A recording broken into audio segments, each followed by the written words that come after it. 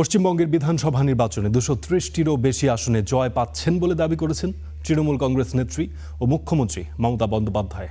আজ এক ভিডিও বার্তায় তিনি এই দাবি করেন। একই সঙ্গে বুথ ফেরত জরিপে বিজেপি বেশি আসন পাবে বলে যে প্রচার চলছে সেটিকে বিজেপি সরকারপন্থী মিডিয়ার অপপ্রচার বলেও দাবি করেছেন মমতা।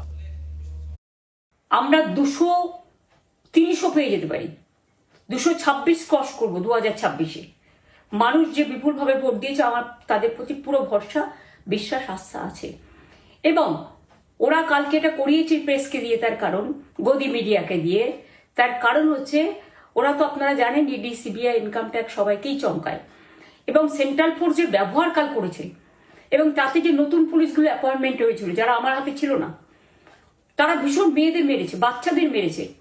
যে ভদ্রলোক উদয়নারায়ণপুরে ভোট দিতে গিয়ে মারা গিয়েছে, আমি তার শোকাহত পরিবারকে সমবেদনা জানাবার ভাষা আমার নেই, কিন্তু পরিবারটার পাশে আমরা থাকব।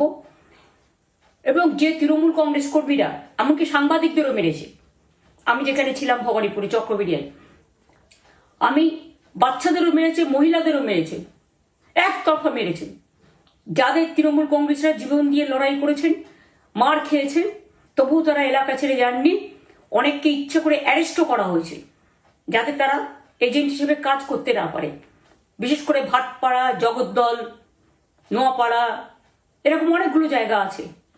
এমনকি আমাদের এখানেও ভবানীপুরে সারা রাত ধরে রেড হয়েছে। আমি সারা রাত 2 দিন ধরে দু রাত ঘুমাইনি। তাই আপনাদের কাছে বলবো, ওটা বিজেপির চক্রান্ত। এবং বিজেপি এত করেও মানুষের অধিকার থেকে মানুষকে বঞ্চিত করতে পারলো না, এবং তাই বিজেপি শেষ খেলাটা খেলেছে।